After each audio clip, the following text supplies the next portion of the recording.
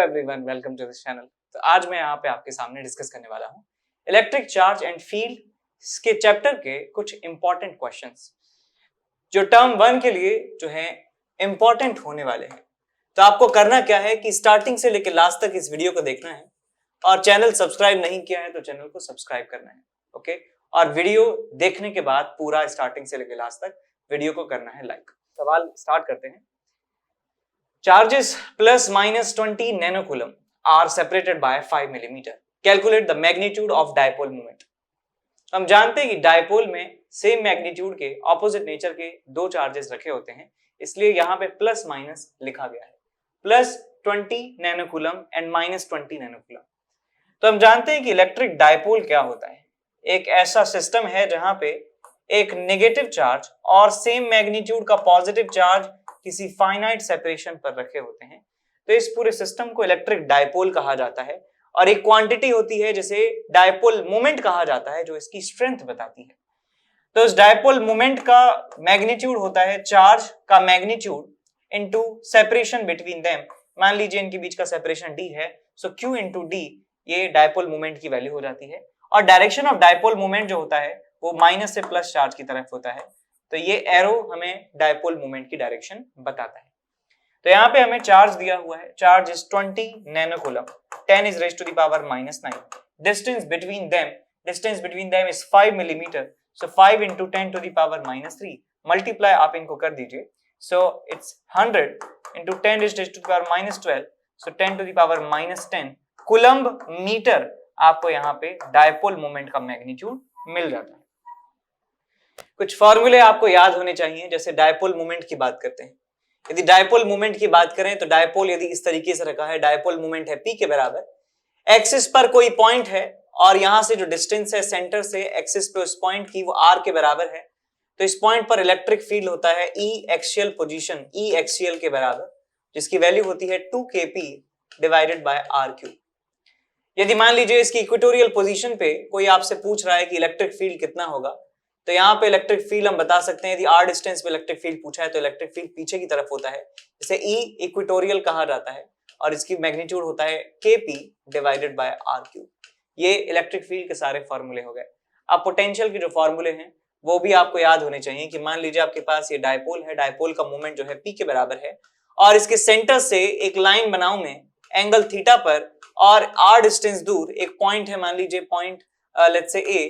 तो इस general point पर जो पोटेंशियल की वैल्यू होने वाली है वो होती है kp cos theta divided by r square. तो ये इलेक्ट्रिक पोटेंशियल का फॉर्मूला हो गया किसी भी जनरल पॉइंट पर, और ये हो गए हमारे इलेक्ट्रिक फील्ड के फॉर्मूले सारे। तो ये सारे फॉर्मूले याद रखें, आपको इस्तेमाल करने को आ सकते हैं, आपसे सवाल पूछा जा सकता है इलेक्ट्रिक डायपोल से related. Hello my dear students, I am Neeraj Kumar Chaudhary और फिजिक्स टीचर। बच्चों, एक बहुत ही अच्छी इंफॉर्मेशन लेके आया हूं। ये जो अनअकैडमी की चैंपियंस लीग है, ये एक बहुत ही सक्सेसफुल इवेंट है और बच्चों की डिमांड पे ये फिर से आपके लिए अरेंज हो गई है, ठीक है ना। तो इसमें जो टेस्ट हैं वो ग्रुप स्टेज लेवल का टेस्ट होता है और उसके बाद फिर एक फाइनल टेस्ट होता है।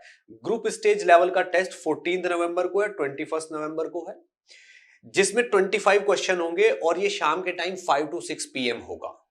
अगर इसमें आप अच्छा परफॉर्म करते हो, ठीक है ना, तो आपको बहुत सारे इनाम मिल सकते हैं और स्कॉलरशिप मिल सकते हैं, ठीक है ना। और फाइनल्स है 28 नवंबर को, जिसमें 75 क्वेश्चन होंगे और वो भी शाम को 5 से 8 बजे के बीच में होगा। यानी कि ये थोड़ा लॉन्ग ड्यूरेशन का टेस्ट होगा, ठीक है ना, और बहुत ही स्पेशली बना हुआ टेस्ट है। तो बच्चों, ये बहुत ही सक्सेसफुल इवेंट है, इसमें पार्ट लीजिए, आपको बहुत फायदा होगा, ठीक है ना। इसके बारे में थोड़ा सा और आइडिया दे देता हूं मैं आपको, ठीक है। अगर आप ग्रुप स्टेज पे बहुत अच्छा परफॉर्म करते हो और ये आपकी 1 से 10 तक रैंक आती है तो आपको 20,000 का कैश प्राइज मिलेगा, टॉप 10 रैंक और हर एक को 2020, ठीक है ना, और 100% स्कॉलरशिप, ठीक है ना। अब 11 to 30 के बीच में है तो 10,000 और 50% स्कॉलरशिप, यानी कि जो सब्सक्रिप्शन लेते हैं उस पर इतना डिस्काउंट मिल जाएगा। ऐसे 31 to 50 को 6,000 और 25, बाकी टॉप 200 को 15%। और अगर 200 के बाद आप यहाँ पे NKC सर लाइव कोड डाल देते हो तो 10% वैसे भी मिल जाएगा, ठीक है ना, तो that is equivalent to test. तो एक ये भी देखो, अगर आप फाइनल्स में बहुत अच्छा परफॉर्म करते हो और आपकी रैंक 1 आती है तो आपको 1 लाख का कैश प्राइज है और 100% स्कॉलरशिप, ठीक है ना, तो 2-2.5-3 लाख के बराबर हो जाता है ये। अगर आपकी 2 या सेकंड या थर्ड रैंक आती है तो आपको 60,000 है और 100% स्कॉलरशिप। 4 to 10, ठीक है ना, 5,000 और 100% स्कॉलरशिप, ठीक है ना, और बाकी भी आपके सामने। तो बच्चों बहुत अच्छा मौका है, एज सुन एज पॉसिबल इसमें एनरोल कर लीजिए और जल्दी से जल्दी इसकी मतलब तैयारी करके बढ़िया तरीके से इसको एनरोल करके टेस्ट दीजिएगा, ठीक है ना। चलिए, thank you, best of luck. अगले सवाल है कि इलेक्ट्रिक चार्जेस हैं Q, Q and -2Q are placed at the corner of equilateral triangle ABC of side L. The magnitude of electric dipole moment of the system. तो ये जो पूरा system हमें मिल रहा है 3 चार्जेस का, इसका टोटल डायपोल मोमेंट हमें बताना है कितना होगा। तो सबसे पहले इन ऐसे सवालों को करने के लिए आप डायग्राम बनाइए कि डायग्राम कैसा बनेगा। तो यहाँ मैं एक डायग्राम बना देता हूँ एक इक्विलेटरल ट्राइंगल का, और इसके जो 3 कोने हैं, 3 जो वर्टेक्स हैं, वहां पर चार्जेस रखे हुए हैं Q, एंड यहां पर भी है Q, और यहां पर है हमारे पास -2Q। अब डायपोल मोमेंट पूछा गया है, हम डायपोल के बारे में सिर्फ इतना जानते हैं, negative charge, positive charge, same magnitude, finite distance, called dipole. लेकिन यहां पे 2 चार्जेस तो हैं लेकिन उनके नेचर सेम है, यहां चार्जेस तो हैं ऑपोजिट नेचर के बट मैग्नीट्यूड डिफरेंट है। तो डायपोल सर यहां पे बन कैसे रहा है, डायपोल मोमेंट को कैसे लिखूं? इसका तरीका यह है कि आप -2Q को लिख दीजिए -Q एंड -Q। इस -2Q को लिखा जा सकता है कैसे? इस -2 को क्यों मैं लिख सकता हूं, this is nothing but -Q charge and -Q charge.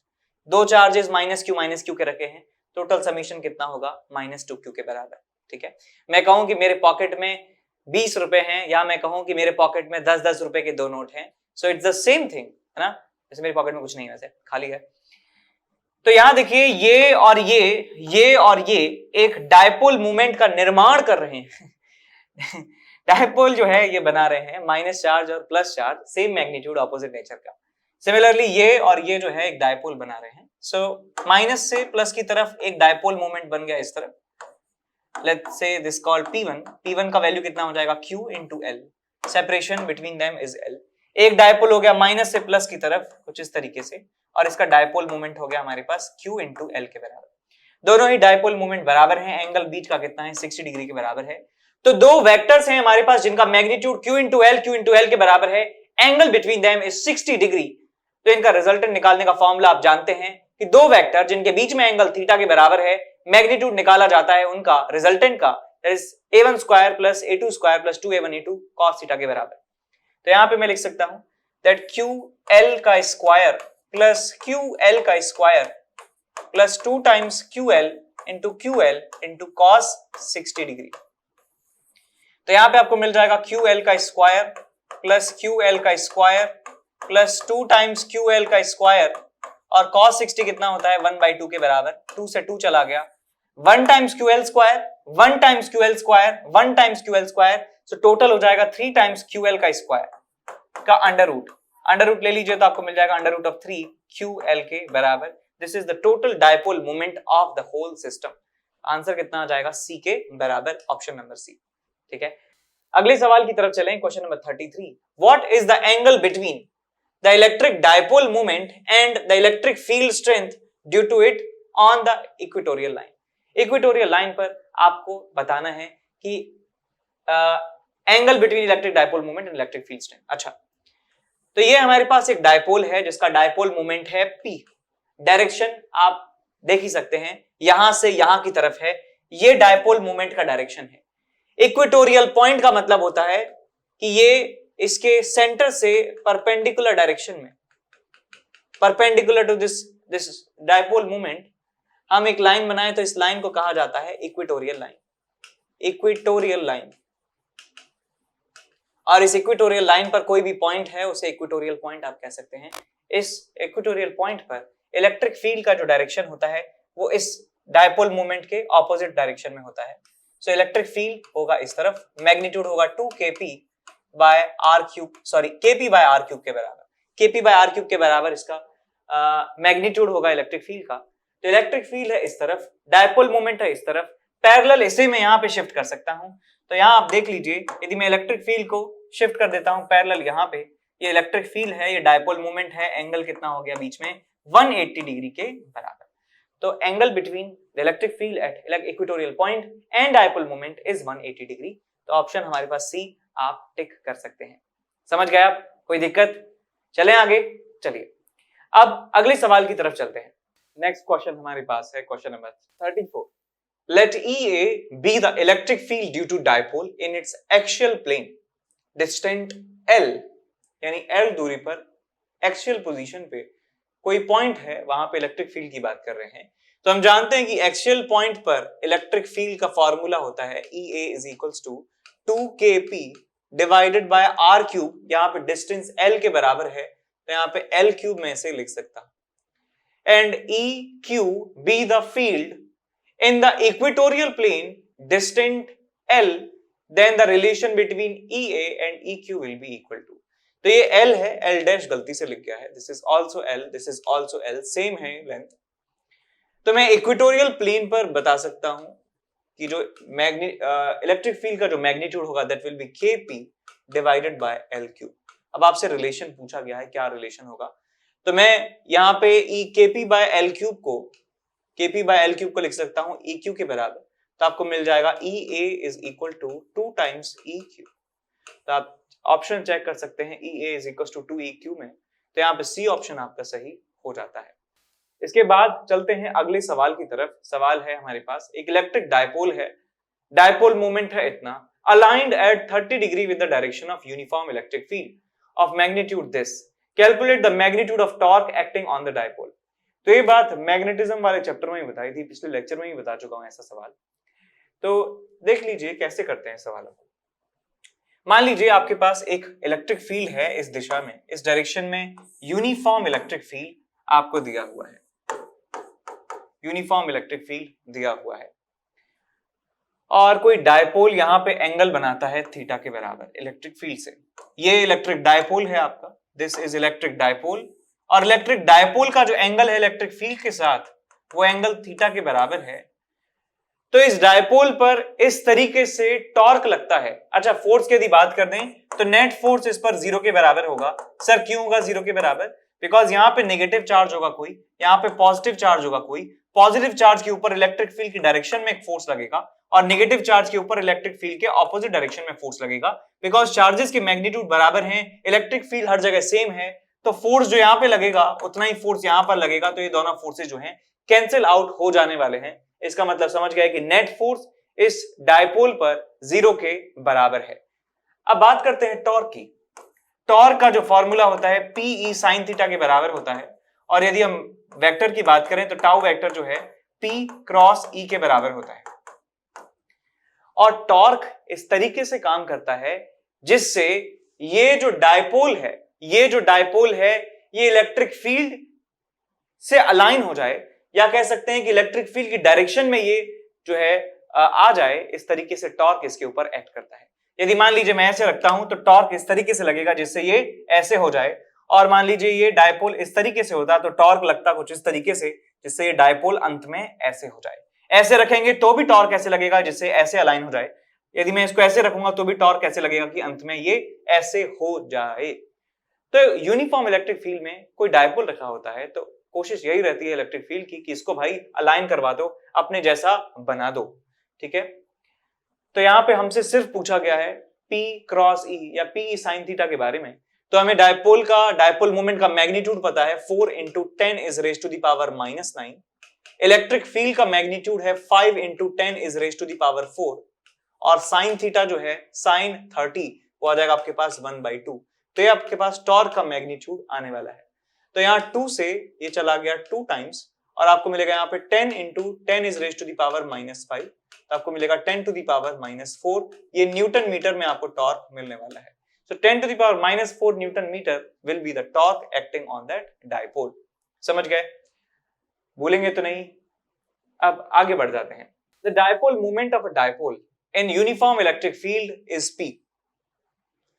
Then the torque acting on the dipole is। अभी बताया मैंने कि टॉर्क जो है P क्रॉस E के बराबर होता है। मैग्नीट्यूड की बात करें तो Pe sin थीटा के बराबर होता है, और आपको समझा भी दिया कि डायपोल ऐसे है तो टॉर्क कैसे लगेगा, है ना। उसकी कोशिश यही रहेगी टॉर्क कैसे लगे, ऐसे घुमा दें इसको जिससे इलेक्ट्रिक फील्ड की डायरेक्शन में अलाइन हो जाए। सो P क्रॉस E हमारा ए ऑप्शन सही हो जाता है। 37 में आपसे पूछा है कि electric dipole is placed in uniform electric field with the dipole axis making an angle theta with the direction of electric field. Theta angle बनाता है इलेक्ट्रिक फील्ड की डायरेक्शन से dipole movement. The orientation of dipole for stable equilibrium, stable equilibrium चाहते हैं तो कैसा orientation होना चाहिए, ऐसा सवाल भी हम पास्ट में कर चुके हैं, इसी सीरीज में कर चुके हैं। आपको मैं दोबारा समझा देता हूं कि क्या सीन है, स्टेबल इक्विलिब्रियम क्या है, अनस्टेबल इक्विलिब्रियम क्या है, और डायपोल को कैसे रखें तो स्टेबल में आ जाए, कैसे रखें तो अनस्टेबल इक्विलिब्रियम में रहे। तो पहली बात तो ये करते हैं कि जब डायपोल के ऊपर, जब डायपोल रखा है यूनिफॉर्म इलेक्ट्रिक फील्ड में, तो उसके ऊपर लगने वाला फोर्स जीरो तो होता ही है, लेकिन यदि टॉर्क भी जीरो हो गया तो हम कह सकते हैं कि वो इक्विलिब्रियम पोजीशन में है। तो इस फॉर्मूले से मुझे बताइए कि हमारे पास टॉर्क का फॉर्मूला है PE sin थीटा, तो थीटा की किस किस वैल्यू पर ये टॉर्क जीरो होगा, तो यहां कह सकता हूं कि टॉर्क की वैल्यू जीरो होने वाली है when theta is equal to 0 degree and theta is equal to 180 degree. Theta की वैल्यू 0 हो या 180 हो तो मैं कह सकता हूं टॉर्क 0 के बराबर होगा, फोर्स तो ऑलरेडी 0 के बराबर ही है, तो ये भी एक इक्विलिब्रियम पोजीशन होने वाली है। This is also in equilibrium position and this is also in equilibrium position. Equilibrium का मतलब ही यही है कि टॉर्क 0 और फोर्स 0, मैकेनिकल इक्विलिब्रियम। अब इक्विलिब्रियम, ये भी इक्विलिब्रियम। अब इनको ड्रॉ करके दिखा देता हूं आपको। ये हमारे पास इलेक्ट्रिक फील्ड जो है वो इस दिशा में मान लेता हूं, electric field is in this direction and electric field is uniform in magnitude and direction also. तो ये हमारा इलेक्ट्रिक फील्ड हो गया। अब एक डायपोल में मान लेता हूं जो 0 डिग्री एंगल बनाता है इलेक्ट्रिक फील्ड से। सो यहां पे मैं ड्रॉ कर देता हूं एक dipole like this, this is dipole, और इस ओरिएंटेशन में, इस कह सकते हैं कन्फॉर्मेशन में या ओरिएंटेशन ही बोल दो, थीटा की वैल्यू जो है 0 के बराबर है। और यहां पे मैं मान लेता हूं एक केस जहां पे डायपोल मोमेंट है इधर, इलेक्ट्रिक फील्ड है इधर, और थीटा की जो वैल्यू है वो 180 डिग्री के बराबर है। इक्विलिब्रियम पोजीशन है। स्टेबल इक्विलिब्रियम क्या होता है कि यदि मैं स्टेबल इक्विलिब्रियम में किसी ऑब्जेक्ट को डिस्टर्ब करता हूं इक्विलिब्रियम पोजीशन से, तो डिस्टर्ब करने के बाद वो वापस इक्विलिब्रियम पोजीशन में आ जाता है। लेकिन यदि अनस्टेबल इक्विलिब्रियम पे किसी ऑब्जेक्ट को मैं डिस्टर्ब करता हूं तो वो वापस इक्विलिब्रियम पोजीशन पे लौट के नहीं आता है। फॉर एग्जांपल आप देख सकते हैं, एग्जांपल आपको बताता हूं जिससे आपको क्लियर हो जाएगा, अच्छा यार स्टेबल का मतलब ये, अनस्टेबल का मतलब ये। आपके पास एक ट्यूब है, आपके पास एक ट्यूब है, ट्यूब, और ये फिक्स्ड है जी, फिक्स्ड है। यहां पे एक बॉल रखी हुई है, यहां पे एक बॉल रखी हुई है, बॉल के ऊपर लग रहा है एक नॉर्मल रिएक्शन, बॉल के ऊपर लग रहा है ग्रेविटेशनल फोर्स, बॉल रखी हुई है आराम से। यदि बॉल को मैं थोड़ा सा धक्का दे देता हूं, थोड़ा सा डिस्टर्ब कर देता हूं इसको इक्विलिब्रियम पोजीशन से, तो बताइए बॉल के साथ क्या होगा? बॉल कहां पे जाएगी? बॉल ऊपर जाएगी या नीचे आएगी? सब जानते हैं कि बॉल यदि ऊपर खिसका दिया हमने तो बॉल जो है नीचे की तरफ आने वाली है, और इस तरीके से वो वापस इस इक्विलिब्रियम पोजीशन पर आ जाएगी। ठीक है, वापस यहां पे आ जाएगी। वो बात अलग है कि यदि स्मूथ हुआ तो ये वापस इधर चली जाएगी, बट आ रही है इक्विलिब्रियम पोजीशन की तरफ, ये इंपॉर्टेंट है। आ रही है इक्विलिब्रियम पोजीशन की तरफ, ये इंपॉर्टेंट है। तो मैं कह सकता हूं कि जब किसी ऑब्जेक्ट को स्टेबल इक्विलिब्रियम से डिस्टर्ब किया जाता है तो वापस अपनी इक्विलिब्रियम पोजीशन पे आ जाता है। तो ये डेफिनेटली स्टेबल इक्विलिब्रियम का एग्जांपल है, स्टेबल इक्विलिब्रियम का एग्जांपल है। अब मान लीजिए मैं दूसरा केस लेता हूं। यहां पे एक हमारे पास स्फीयर है, फिक्स्ड स्फीयर, फिक्स्ड स्फीयर है, और यहां पे मैं एक बॉल को रख देता हूं, बॉल को रख दिया मैंने ऊपर, चोटी पे बिठा दिया है। अब यहां पे देख सकते हैं कि नॉर्मल ऊपर नीचे mg एक दूसरे को बैलेंस कर रहे हैं, पूरा सिस्टम इक्विलिब्रियम में है। इसको थोड़ा सा डिस्टर्ब कर दिया, इसको थोड़ा सा मैंने डिस्टर्ब कर दिया तो क्या होगा? ये फटाक से जो है नीचे की तरफ गिर जाएगा। इसका मतलब इसको अपनी इक्विलिब्रियम पोजीशन से डिस्टर्ब करने पर ये इधर चला जाता है, अपनी इक्विलिब्रियम पोजीशन पर वापस नहीं जाता है। इसका मतलब ये एक अनस्टेबल इक्विलिब्रियम का एग्जांपल है, अनस्टेबल इक्विलिब्रियम का ये एग्जांपल है। तो ये स्टेबल हो गया, अनस्टेबल हो गया। अंदर रखेंगे ट्यूब में तो स्टेबल इक्विलिब्रियम है, बाहर रखे ऊपर रखेंगे सर पे तो ये अनस्टेबल इक्विलिब्रियम है। अब वापस आ जाते हैं इस डायपोल वाले एग्जांपल पर। ये इनके लिए इक्विलिब्रियम पोजीशन है। मैं इसको डिस्प्लेस कर देता हूं, मैं डायपोल को डिस्प्लेस कर देता हूं इस तरीके से, इसको मैंने डिस्प्लेस कर दिया। तो भाई ये पॉजिटिव चार्ज है, नेगेटिव चार्ज है। पॉजिटिव चार्ज की वजह से फील्ड, इसके ऊपर फोर्स लगेगा यहाँ पे QE के बराबर। नेगेटिव चार्ज की वजह से फोर्स लगेगा QE के बराबर, और ये जो फोर्सेस हैं ये इस तरीके से क्लॉकवाइज डायरेक्शन में टॉर्क प्रोड्यूस कर रहे हैं और वापस इस डायपोल को अपनी इक्विलिब्रियम पोजीशन में लाने को मजबूर कर रहे हैं। तो मैं कह सकता हूं कि ये जो टॉर्क है, ये टॉर्क इसको वापस इक्विलिब्रियम पोजीशन में लाने की कोशिश कर रहे हैं। इसका मतलब ये एक स्टेबल इक्विलिब्रियम का एग्जांपल है। स्टेबल इक्विलिब्रियम का ये एग्जांपल है जब थीटा की वैल्यू 0 डिग्री के बराबर है। यहां देखिए बेटा, यहां यदि मैं डायपोल को डिस्टर्ब करता हूं इसकी इक्विलिब्रियम पोजीशन से, डायपोल को मिलेगा ऐसे। अब ये पॉजिटिव चार्ज है, ये नेगेटिव चार्ज है, सब जानते हैं। अगर डायपोल की डायरेक्शन मालूम है ना, डायपोल मूवमेंट की डायरेक्शन नेगेटिव चार्ज से पॉजिटिव चार्ज की तरफ होती है। तो ये जो एरो का हेड है यहाँ पे पॉजिटिव चार्ज होगा, एरो की जो टेल है वहां पे नेगेटिव चार्ज होगा। इसके ऊपर फोर्स लगेगा इलेक्ट्रिक फील्ड की डायरेक्शन में QE के बराबर, और यहाँ पे फोर्स लगेगा QE के बराबर। देखिए किसी में एक रॉड पर ऐसे फोर्स लगाता हूं तो इसका जो रोटेशन है, जो मोशन है, मैं कह सकता हूं क्लॉकवाइज सेंस में ही होने वाला है। तो ये बेचारे को डिस्टर्ब किया ऐसे, ये ऐसे ही घूम गया। इसका मतलब इक्विलिब्रियम पोजीशन पे वापस ये नहीं जा रहा है डिस्टर्ब करने पर। इसका मतलब clearly this is an example of unstable equilibrium. Unstable equilibrium का ये एग्जांपल हो गया। तो याद रख सकते हैं इसको, रिजल्ट को डायरेक्टली, कि यदि इलेक्ट्रिक फील्ड में डायपोल रखा है तो 0 डिग्री एंगल बनाते हुए जो डायपोल है वो स्टेबल इक्विलिब्रियम पे होगा, 180 डिग्री बनाने पर ये अनस्टेबल इक्विलिब्रियम में आ जाता है। 0 स्टेबल, 180 अनस्टेबल। तो हमसे पूछा गया है कि स्टेबल इक्विलिब्रियम के लिए एंगल कितना होना चाहिए, 0 डिग्री के बराबर एंगल होना चाहिए।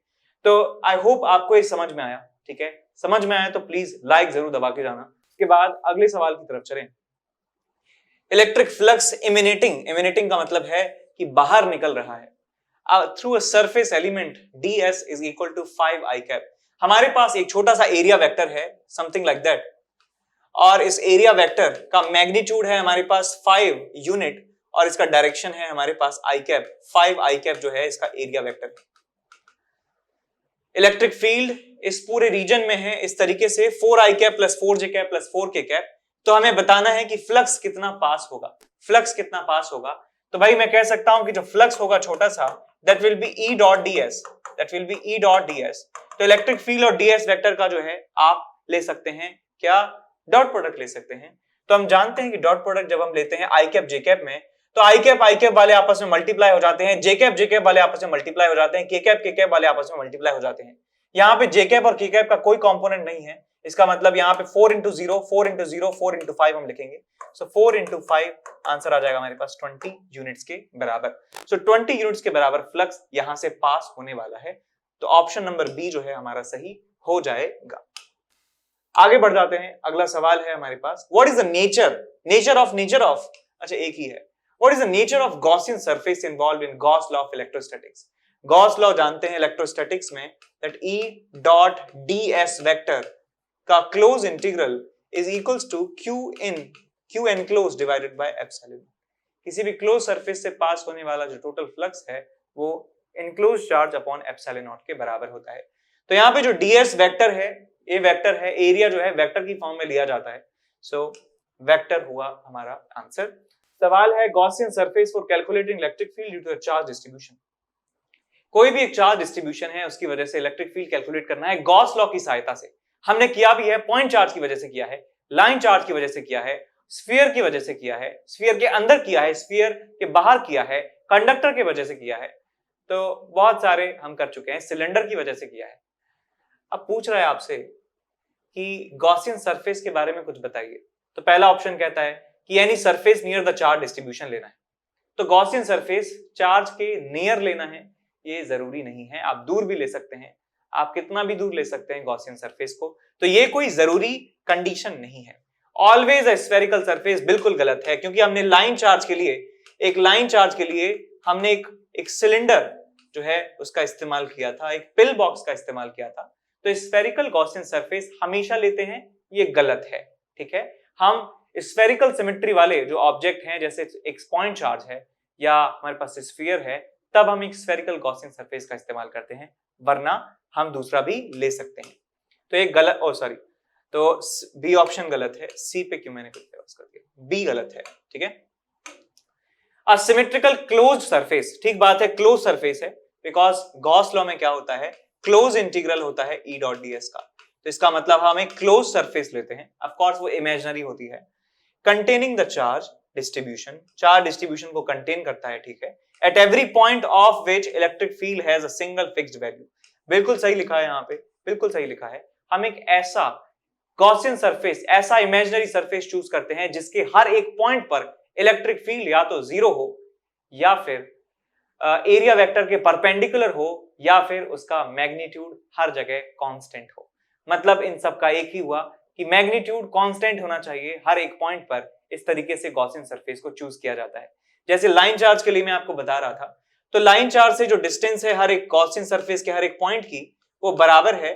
तो हम यहाँ कह सकते हैं that Gaussian surface, every point on Gaussian surface, it is equidistant from this line charge. That's why we can say that at every point on Gaussian surface, the magnitude of electric field will be the same. तो इस तरीके से हम choose करते हैं। सी option सही है, D option none of the above नहीं, सी ऑप्शन सही है, वही हमारा आंसर हो जाएगा।